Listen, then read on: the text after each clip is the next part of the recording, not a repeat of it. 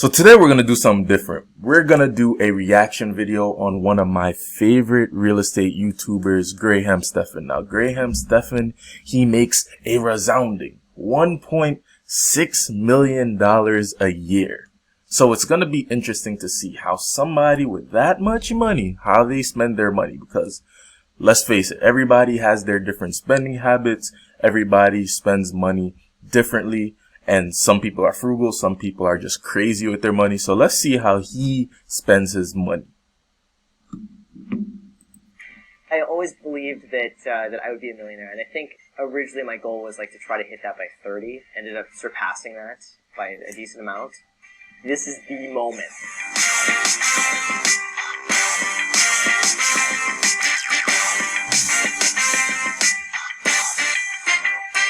My name is Stephan. I'm 29 years old. I make $1.6 million per year and I live in Los Angeles, California. And welcome to, wait for it, Millennial Money.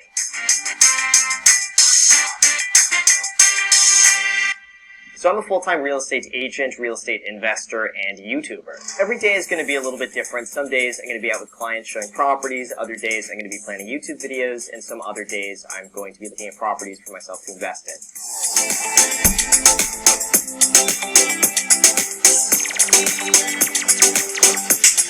My mortgage is just over $2,800 a month. The market value of the other unit next to me is about $2,500 a month.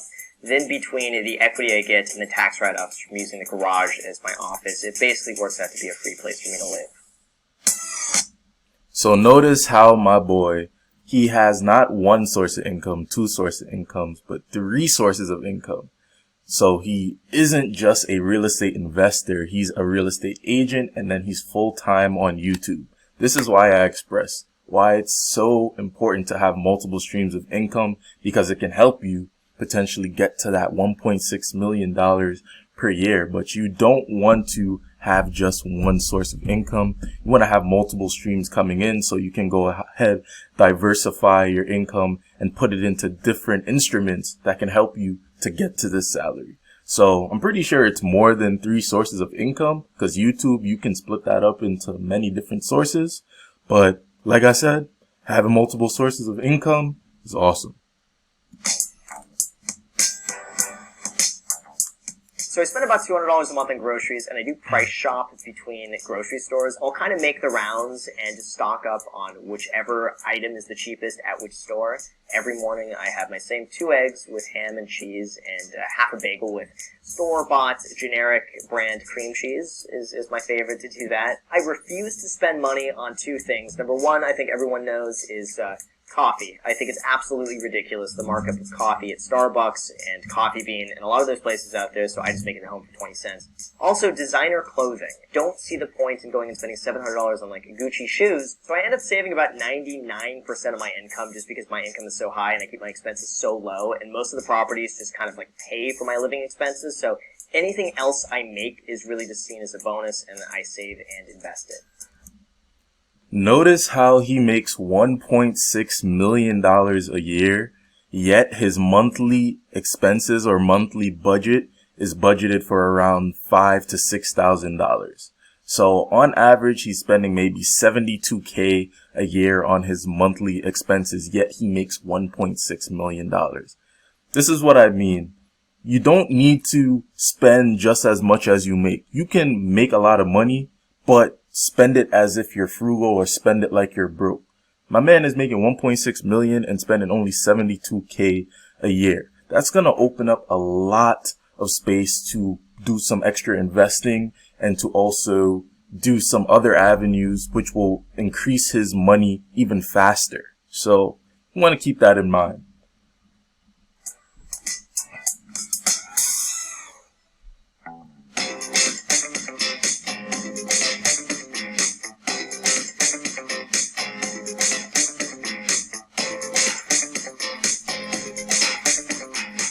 So I got into real estate basically as soon as I turned 18 years old because I had no other options. I didn't get into college. I had really bad grades in high school, and I saw getting my real estate license honestly as a way where I could just get 1 year of work experience and then reapply to colleges. But it turned out to be a career I really loved.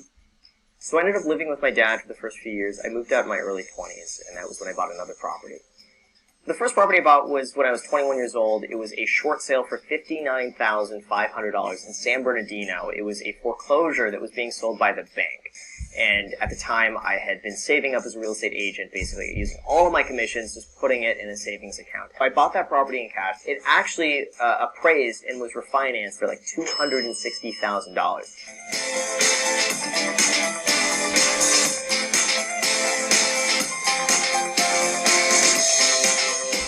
My investing strategy really hasn't changed since I was 21, and all of it has really just been about real estate. If anything, I'm just looking to buy more expensive real estate now that makes a little bit more money, but otherwise I've just kept doing the same thing over and over. So as you see, like with his real estate strategy, after a while, when you start to get your foot in the door, it becomes more about getting into that expensive real estate, because the more expensive is honestly the more money that you're going to make.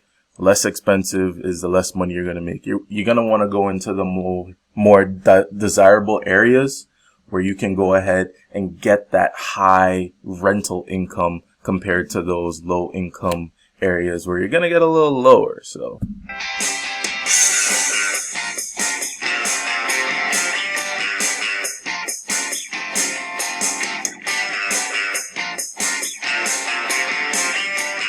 I had no idea that anyone would actually watch me, and I had no idea that I can actually make any money doing this, so I started it really just with the intention of having fun. I had always wanted to do it, but I also felt like, who would want to watch me?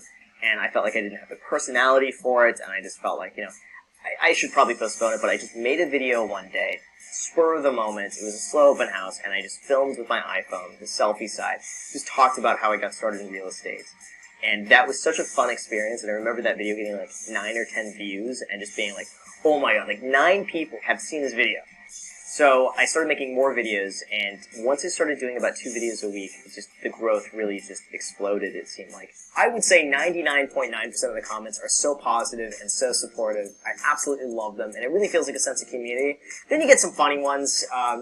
The negative comments, at this point, I'm so used to them. Then after a while, I think I realized that it has more to do with them and their own problems that they portray onto you than it does about you. So right now... yeah, so with YouTube, man, it's that consistency. But honestly, you gotta like actually doing what you are recording. And I feel like he came into YouTube for the right reasons. He just came into it with fun. He didn't really have much intentions of becoming rich off of it, but like I said, things happen when you put in that consistency, put in that work. So he went in, did what he had to do, and look at him now. He blew up. Probably like 85% of my income is affiliated with YouTube in some way or another, and then the remaining 15% is through real estate sales or real estate investments. So since I've always been self-employed, I've never had a formal 401k, but I do have a SEP 401k. I've thrown some money in there at the end of the year, just if it's left over, just as a hedge. But then as far as well, take a look at his monthly income. Look at all those streams of income. Like, some people only just work a job, and once they work that job and they get laid off, then that's it. But my boy has a main channel that's producing about 80K, a second channel that's producing about, 9 to 10K. Then he has Teachable. Teachable is a online platform where you can sell courses. He's selling about 28K to 30K in courses monthly. Then he has his real estate commissions every month, which is about 8,000. Then he has his affiliate and sponsors, and then his rental income. So look how much, that's 150K monthly. Some people don't make that in a year. Some people don't make that in 2 years. So Stephan is letting it be known that it's possible. Like, creating a YouTube channel or just using your money, creating courses. You just gotta use your money right, guys, and this is possible. Savings are concerned, I always like to keep about $20,000 to $30,000 in one of my checking accounts just to cover anything that could come up in the short term or to draw from if I have any expenses that come up. But other than that, all of my other money is spread out through several high-interest savings accounts.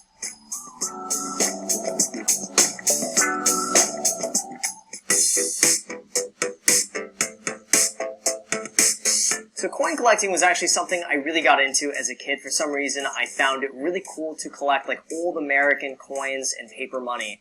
And what I would do is go across the street from where I would work to a bank, and the bank teller knew me, and she knew me because I would go in and always ask for like any old money that she would have. Some lady came in the bank and exchanged $200 of all just like perfect condition $10 bills from 1934. So some of these are worth up to $200 depending on the condition. Others are worth more like $40 to $50. So I wouldn't really consider these an investment. Like, I think it's probably way better for me to put my money in the stock market than it is for me to get like, you know, old money and just keep it for a long time. But this is just a fun hobby. It's also from YouTube that I was really able to branch off into other aspects of this as well, in the sense that I was able to create 2 programs. One of them teaches people how to work as a real estate agent and build their career. The second program that I created was how to teach people to grow on YouTube. And both of those this year have probably done a little bit over $300 and something thousand in sales. And since it's all online, that's pretty much all profit. There's almost no overhead whatsoever with that.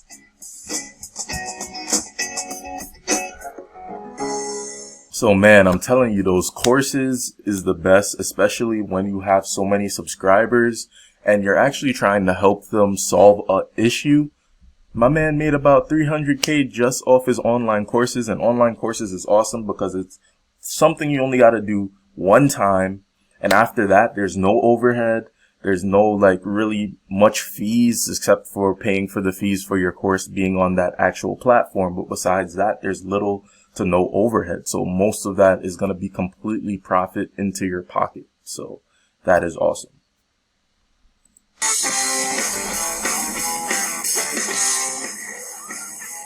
Very much like it gives you a little jolt there. So I bought my Tesla in April of 2019. You get so many rebates back for it. The financing is so cheap. Everything that went on with the car, I calculated that it was going to cost me $78 a month out of pocket net in the first year, not counting the opportunity cost of then having all the money left over that I could then go and reinvest. So I figured like depreciation is going to be minimal. I'm going to get some really great tax write-offs from it. So it's going to almost be a free car. And I figured like, oh, you know, that's the video I'm going to make. Then that video ended up getting now almost 6 million views. I think the total cost of the car with everything, all out the door with taxes and like all of the options, everything was like 44 grand. So I ended up making money from getting the car. Man.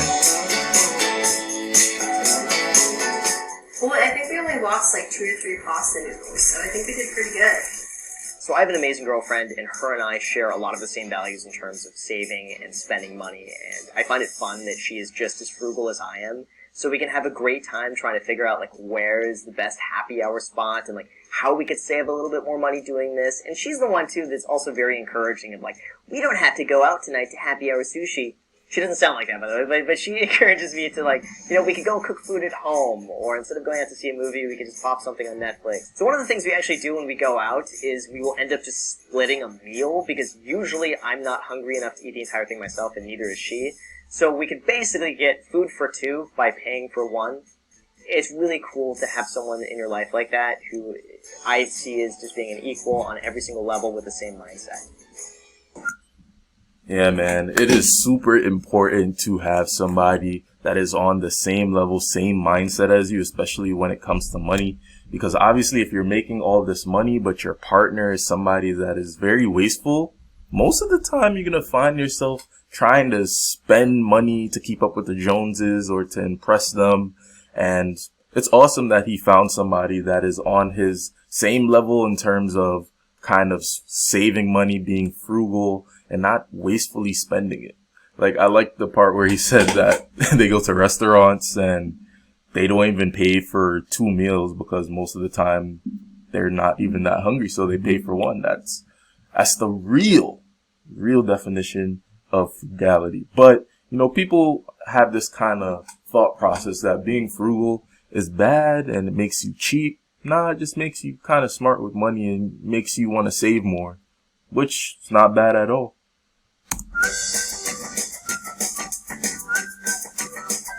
I okay, I know it sounds weird too, but I do end up rewarding myself every now and then at McDonald's from the dollar menu. I don't ever eat McDonald's, but I just decided to go just because it was there and I was really hungry. I had 2 of the double cheeseburgers from the dollar menu, and it was so good that now it gets to the point where I will purposely use that as an incentive to get all my work done, and if I'm able to do that before like midnight, I go and get the 2 double cheeseburgers. It's not something that happens too often, but it does become this thing where it's like, that's my treat. Thank you.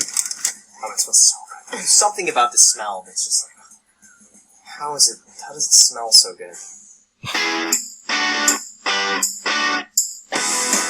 So in terms of net worth goals, I really don't have any, and I have no desire of becoming a billionaire. I don't even know what I would possibly do with that amount of money. I would like to hit 10 million. I feel like that would be just a decent number. The only thing I really want to do is travel, that I haven't done. That's the only thing, but I could do that if I wanted to. It's just not the right time to do that.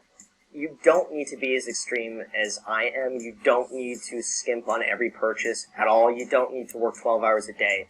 But you do need to think outside the box, and you do need to be creative and leverage your time appropriately. But I love it, and I love the challenge of saving and trying to handle my money well and grow it. No one is more frugal than I am.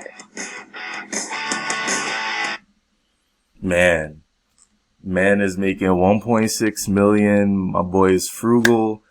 Got a lot going on for him. He's not even trying to be a billionaire. I think he's just going with the flow, seeing, but he just wants to probably reach like about 10 million. But that's my boy Graham Stephan out here killing it, letting you know that it's possible. You just gotta have the right mindset, and anything is possible, guys. But let me know in the comment section below, what do you think about the way he spends his money? Do you think it's cool?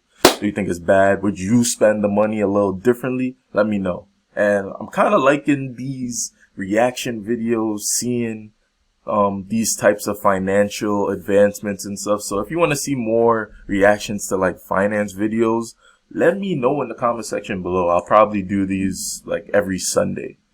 Watch this video. Watch that video. Go subscribe there. I'm Brandon Young. I'll see you in my next video. Peace.